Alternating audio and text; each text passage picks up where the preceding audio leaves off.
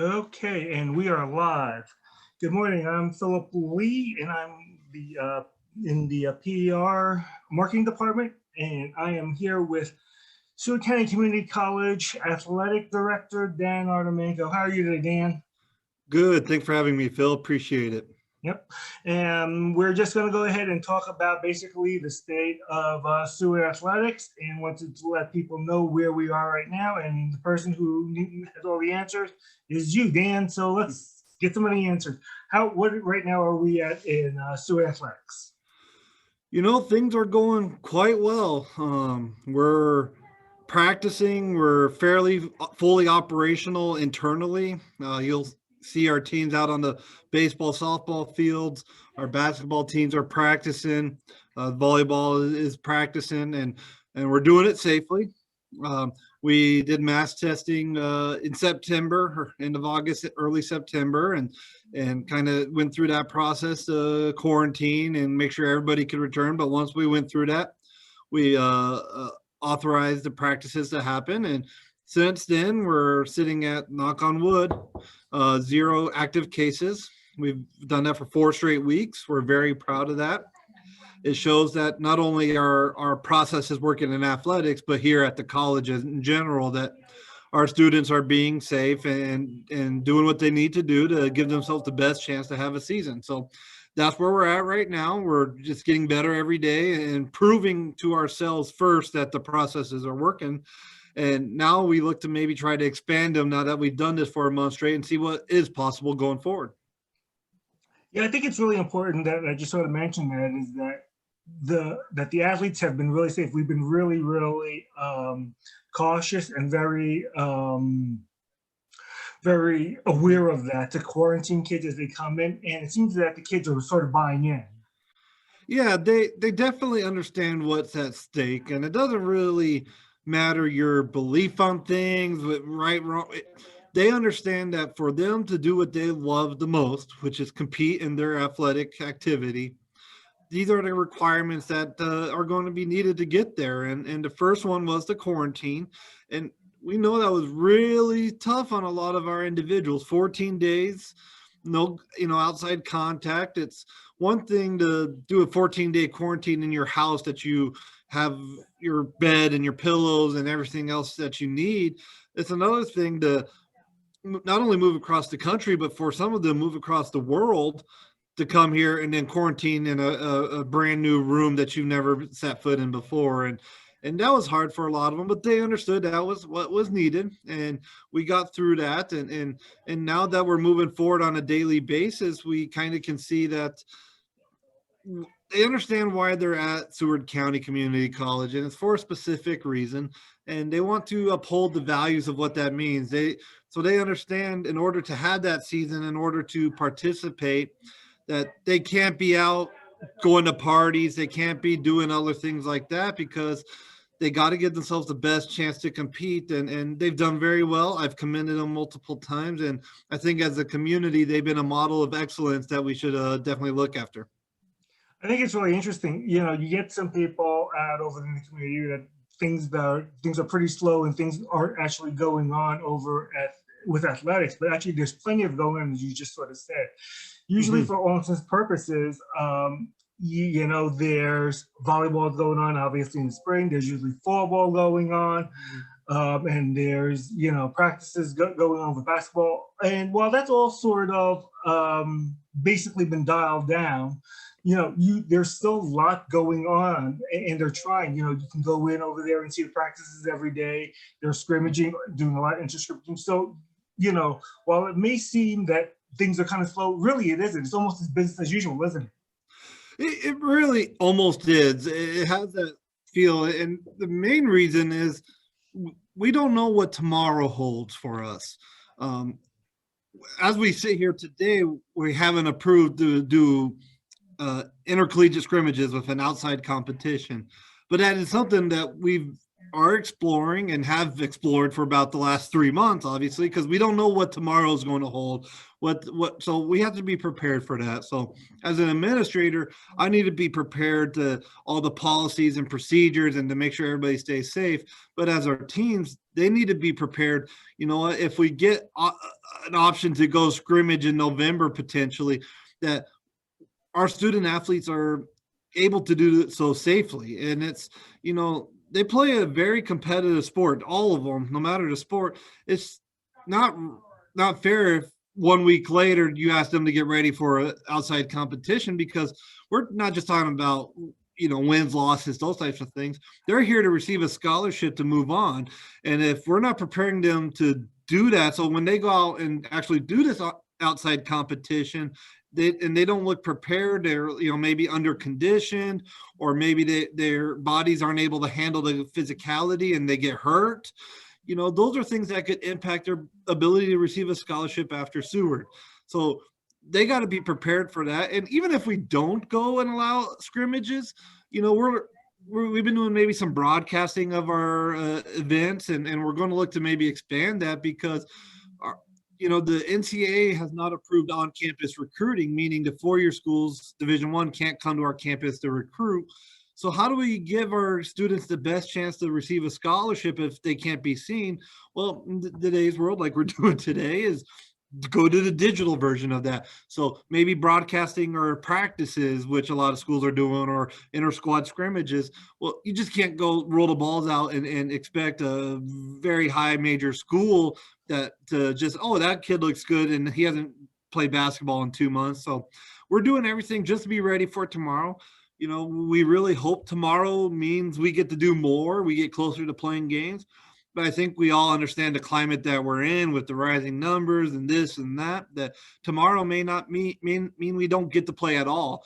But we don't know. But so we're just going to prepare our best to be ready to go tomorrow.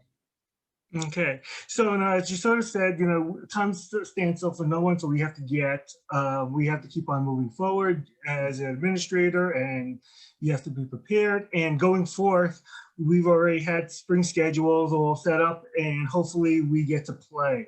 So what is it like? What are we looking at in the spring right now? In fact, actually, it could be almost be a nightmare, but and from a fan point of view, it's going to be absolutely incredibly enjoyable, because it's going to be packed. We're going to have basketball, men's, women. We're going to have baseball. We're going to have softball. We're going to have volleyball. Everything all at once. Tennis, and so every single sport will be played. So how is that sort of how first of all, how difficult was that to sort of schedule all those games together, and what kind of logistical nightmare was that? And obviously, you know, like you sort of said, things will probably could be changing, because who knows what will happen. We could have completely canceled, and knock on wood for you, we don't have to do that. But so what are we looking at in spring? You know, I think Seward got the lucky end of the draw when it comes to the scheduling. And basically what I mean by that is, as the conference sat down, they had to put all the sports on the table and schedule them, you know, one by one, and understand, you know, certain sports are going to take up more resources. First one would be football. You can't just, you know, you need multiple buses. You probably need your full athletic training staff to participate. You know, and so that was one. Another big one is soccer. You know, those are, you know, when you include men and women's, again, that's about a 40-person team, 45 people there. And then you got track, which, you know, obviously is a bigger number of sports, and those are sports we don't have. So what that kind of allowed us to do is, when they scheduled out all the games, it kind of structured out very nice for us that we don't have a lot of games on the same day. And for logistical purposes, we're used to that. You know, in a normal year, we're used to having multiple sports going, just we don't have them all on the same day. And it's worked out really well that we don't have any same day events like that. And now we just have to figure out the logistics of playing 6 games in 7 days, you know, and I think we're ready for that. That's not really anything new to us. We, you know, in a normal year, we'll probably have 4 or 5 games in a week, you know. It just, if it's early on, it's with volleyball. If it's later in the year, it's with basketball, baseball, conflicting like that. So we'll be good to go on the student side.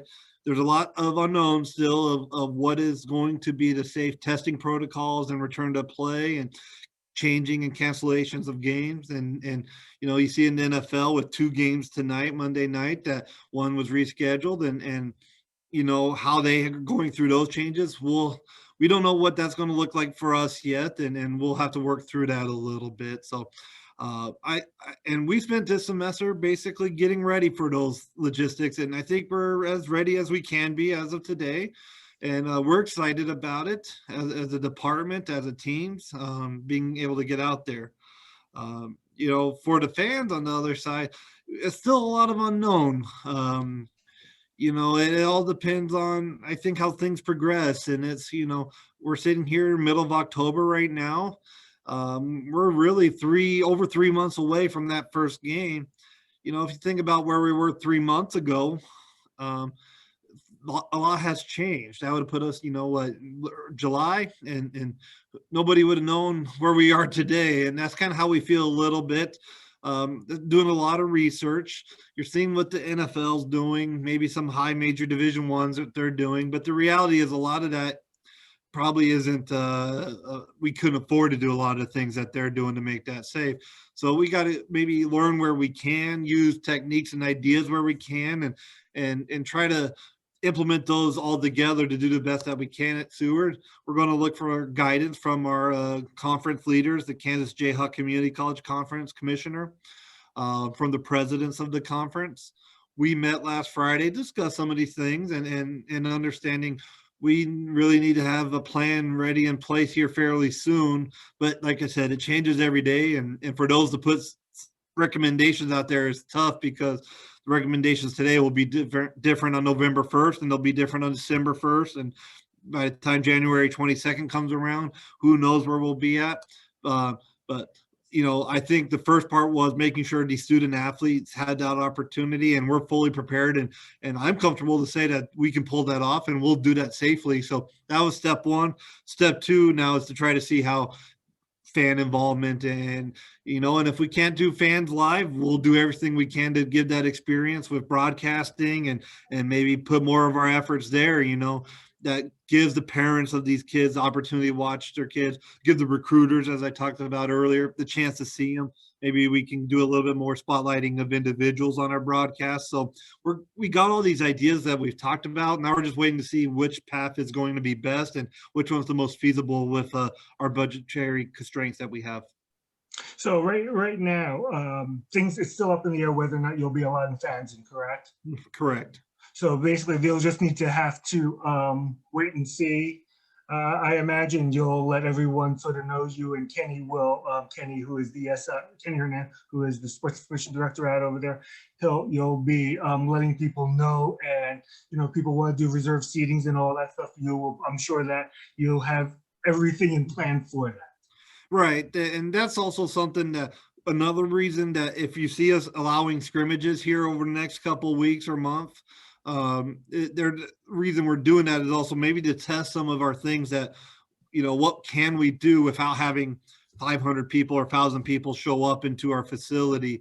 Let us figure out some of our, things first, then we can expand to maybe 100 or 200. And the next thing we're up to 500 to 1,000. So yeah, I kind of view it's going to be a slow progress back a little bit, just because at the end of the day, we got to think about the students first. And if we do anything to risk or jeopardize the students, that's not the right decision for us.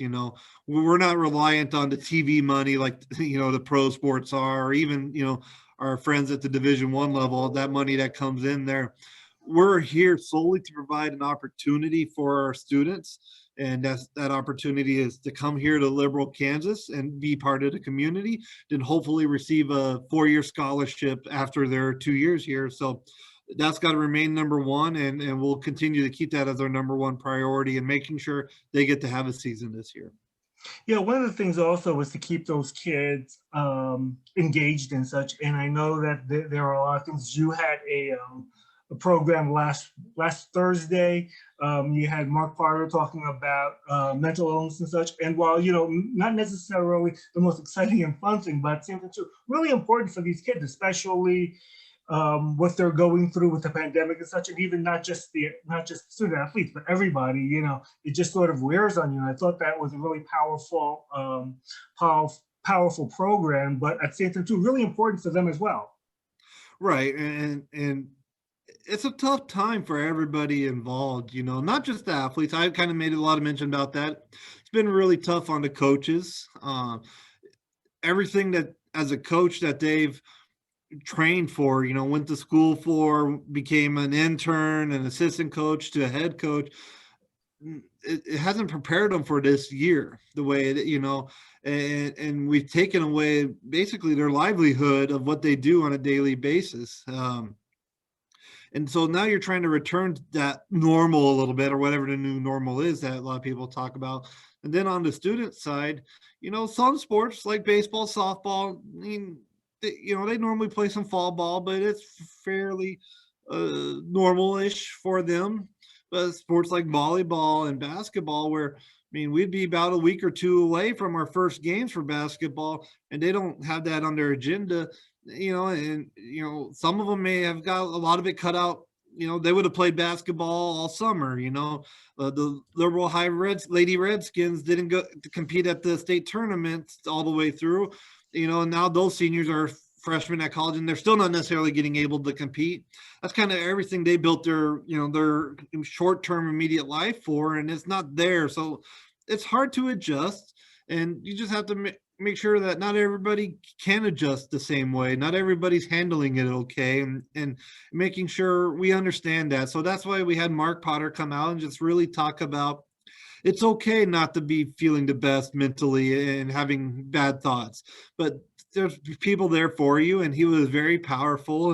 And I think a lot of our athletes, we had them reach out afterwards, whether it was to Mark, to the head coach, or even to myself, how that message, whether it's not just them, but maybe somebody they know has been impacted by all these changes, that it's okay to reach out. It's okay to say, how can I help you?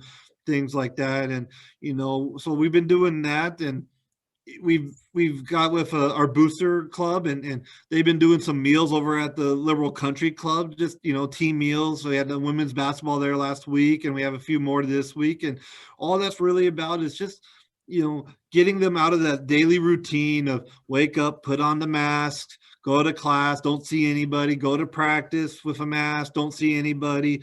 They don't get to be college kids anymore. They just kind of on a robot routine. And okay, everybody can do that for 4 weeks, 5 weeks, 6 weeks. But here we are on week 8, week 9. It's starting to grind on them a little bit. And the sad part is they're only halfway there. And it's a marathon. It's not a sprint. And as anybody who has run a marathon before, trained for a marathon before, understands, it's, it doesn't get easier in the back half. So we got to continue to keep them strong mentally, because physically it's going to just continue to grind for the next 8 to 10 weeks. And I know when that opening week comes in January, where everybody gets to play, it's going to be, it's going to be exciting. And we're probably going to miss a lot of shots in basketball because they're so jacked up, ready to go. But it's just getting them first is the most important thing. So we're doing little things like that. You've seen our softball team, our men's basketball team did a little professional developments out on our course out there. And those are all part of that, just keeping things fresh. And maybe in November we can do, like I said, scrimmages, even if they're just internal scrimmages, do a broadcast, make it like a game-like setting where black versus white or green, and have a broadcast camera, have, the local radio station come over and maybe interview some of them, stuff like that, just to change things up, because it's been tough, and we just got to keep them motivated. Yeah, I think that's really important. And, you and Kenny have done a great job, letting people know recently anyway. Like, I know that you've been doing tennis scrimmages, and I know that baseball, you guys did a live baseball one going forth. You guys are actually going to do, I know that Coach Davidson is thinking about doing like a World Series kind of thing this coming up weekend. And I'm sure that as it comes out, you guys will let all the people out over there. One thing I've also noticed is that you talked about spotlights, and Kenny has, you guys have created a new YouTube page, Seward County Community College Sports Network, which is great. You guys can get more information on them, and also, these spotlights and promo videos and hype videos, and highlighting teams, where I think that's really important, where, we all take to a certain extent athletics for granted sometimes. It's just about, but really in times of these times of crisis, that we need a diversion, and sometimes it's really just nice to see kids going back, playing ball, doing something, practicing hard, and like you said, they can't come on out to the gym, to the greenhouse, or to Brent Gould, or at least or they're trying to be more cautious not to. And you can bring it to them and let them know what's going on. Yeah, absolutely. I mean, you just hit, what sports means to everybody is a little different, but it does mean something to almost everybody. If you got younger children or kids or people in your life that they are role models that you can, look, you work hard, you can get opportunities. If nobody in your family has gone to college, sports is a motivational tool to go to college and receive that first degree for your family. And then for people like you and I, it's nostalgia. We grew up around sports, we've watched sports our entire lives, and when we don't have that, you kind of forget some of those memories. I lost my father about a year and a half ago, but we watched together or talked after every Denver Broncos football game our entire lives, even for 29-30 years. That was always our routine, and without sports, those, you kind of forget some of those things. And I called my mom last night after a good Denver Broncos win, and we had a conversation, and it was good just to kind of bring that memory back. So like I said, sports means something for everybody, and if we can do it safely, it's not just about the students that can take motivation out of it. It's all of us. It's the liberal community, it's the Kansas community, and really the way the NJCA is going, nationally is being seen more junior colleges, and it just gives people that what they need to continue to grind through their daily lives, whether that's a medical issue, whether it's a work issue, or just just to wake up and stay motivated. Sports really help a lot with that, just because it gives us a release, that serotonin in your mind, to let some of that out. So we're excited to come up with ideas. You talked about the YouTube Sports Network, the Saint Sports Network that we're working on. Those are the beginning stages of, what, we got to be able to adapt to the times going forward, and provide some stuff digitally. And when we get to a broadcast in the spring, we've normally done it through our website, which works very well, but we may have to start looking at creative ways. YouTube lets you do a little bit more, different camera angles, lets you provide closed captioning. It has a lot more features, obviously, being YouTube. And today, one thing I've learned through teaching some of my business classes, sports management classes, is YouTube is one of the top mediums to reach younger audiences, as far as, a lot of people don't have TVs anymore that they watch, or cable or satellite dishes. And a lot of them who cut the cord don't even sign up for Roku or Hulu or stuff like that. You got to find ways to get your content to people, and YouTube, Instagram are the top two really right now for the younger generation. And so if we can get our content on there, hopefully we can keep them motivated and seeing what we have, and maybe that'll help our future recruiting. But if anything, help our current students get recruited out of here. Again, our number one goal. So. Right. And it's also important also to get it out to the community, to get those people out over there, because you sort of know for a fact that there are a lot of parents out over there, especially now that they don't want to or can't come out. They want to see their kids, they want to see them, and there's nothing more than we always see on social media about these kids. And I've always said, like, oh, can you please put this on video? Can you do this and do that? And I get it. These are their parents, and they want to see their kids. But not just that, we also want to do it for recruiting, but we also want to see, like, the people out over there who may just happen, oh, I wonder what's going on today, but I really can't go out. But they turn on to the channel YouTube, or they see it on Instagram, or they see it on Twitter or Facebook even, that we're out there. And again, that's important. And if we can just hook one people and make them aware of the things that are going on to college, that's great. And it's just always a shout out that, we always call it their student athlete, and we never forget that.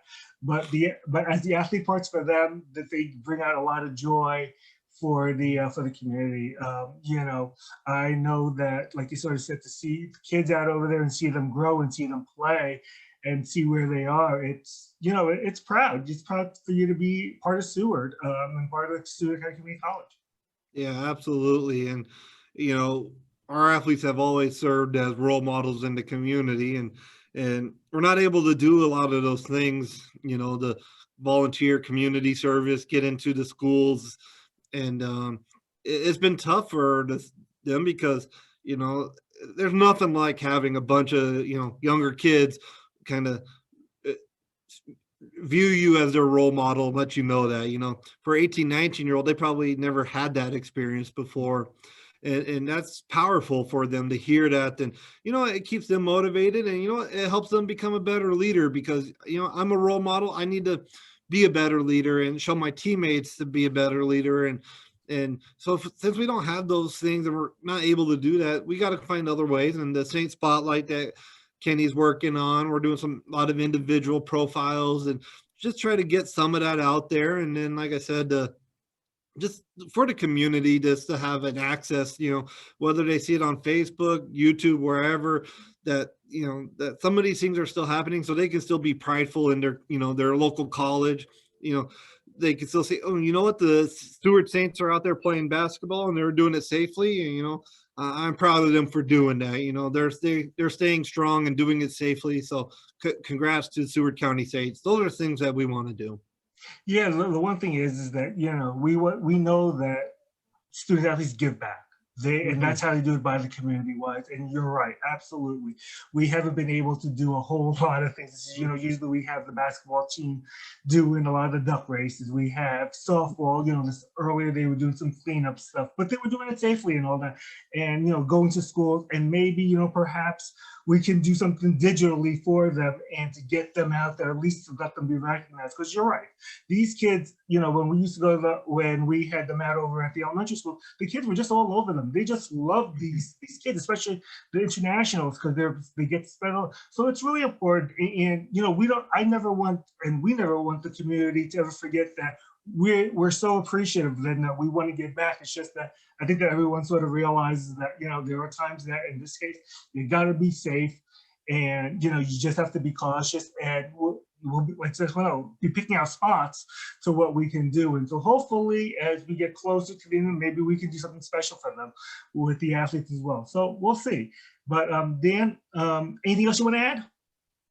No, I mean, I think you hit a lot of that there, that we're very appreciative of the community and the community of Liberal, the community of Seward County Community College, and just, you know, the support of the faculty and staff, just to kind of understand where we're at, what we're doing. And, you know, nobody knows the right answer to all this stuff. And we try every day to figure out something. And you know, and like you talked about the community service, we try a thing here, a thing there, you know, but we just want to make sure that what we're doing is safe, because we want to give these students the best chance to have that season, to do what they came to do, to represent the Seward County. And you know, just remember to think about them. You know, we got Thanksgiving coming up here in about a month, and normally that's an interesting time for our athletes. You know, some of our teams are right in the middle of their season, others are shutting down for the winter break, and it'll be even more interesting this year to see how we manage that. You know, a lot of people assume we would just shut down, but you know, our student athletes probably can't. A lot of them can't go home over that Thanksgiving break, and if they did, would they be able to come back for those things? So we might have a lot of students that are here over the Thanksgiving break. And then another one is Christmas break. We've kind of always had our students go home, even the international students, because it was their first opportunity to leave Liberal, and maybe their first opportunity to return home for Christmas. You know, probably a lot of our internationals won't go home this year just because of the climate, and they don't know if they can get back if they went home. And so now they're going to spend their first Christmas away from home here in the dorms. Maybe they'll get with teammates. You know, we're trying to help them find the best solution. These are all things a lot of people don't think about. You know that those are the challenges that we face. It's not so much how do we get out on the field and play a game. We're trying to making sure we're taking care of these students the best we can independently. You know, how they dealing with not being able to see mom and dad. You know, we've had a student that had to leave because his father had COVID back home, a different country. You know, I know I couldn't afford just to get a flight to a different country within 2 days. And how can a 19-year-old kid figure that out? And, the kid did, but those are the things that we don't think about all the time that I just ask the community to continue to keep them in your thoughts. And if you see stuff on Facebook, comment, because they read them. Trust me, they come talk to us about the comments. So post comments on Facebook, Twitter, Instagram, if you like something. And just know we're excited about representing and moving forward. And, as I have updates, we'll continue to put them out there between Kenny, between our social media, or our website will probably be the main place to find our updates. And for those long-term, lifelong fans, we hope to have you here and just stay connected with me. And we'll see if we get you into our games here this spring, because we'll be excited to have you back whenever we can. Yeah, the one thing that I just want to end on this is that, you're going to have 20 people in over there, and you're going to have 20 people with different answers, and I think that you certainly know that, and everyone's arguing.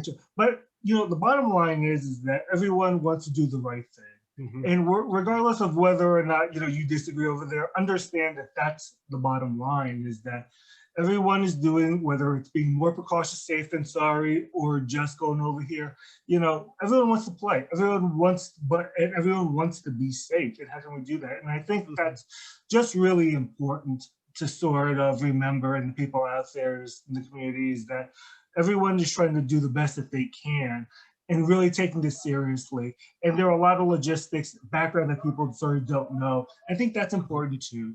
So I just wanted to sort of let you finish on that.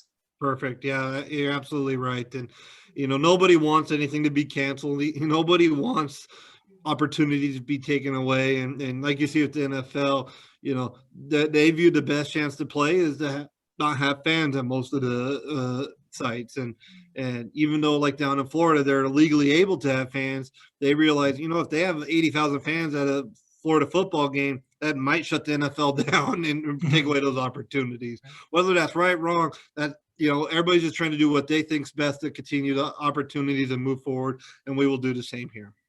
Awesome. And again, if you guys need any information, you can check out the website, SewardSaints.com, or you can go and check out on their Twitter, Instagram, Facebook, and of course, they can also check out the new YouTube, their new YouTube, Seward County Saints Community College Sports Network.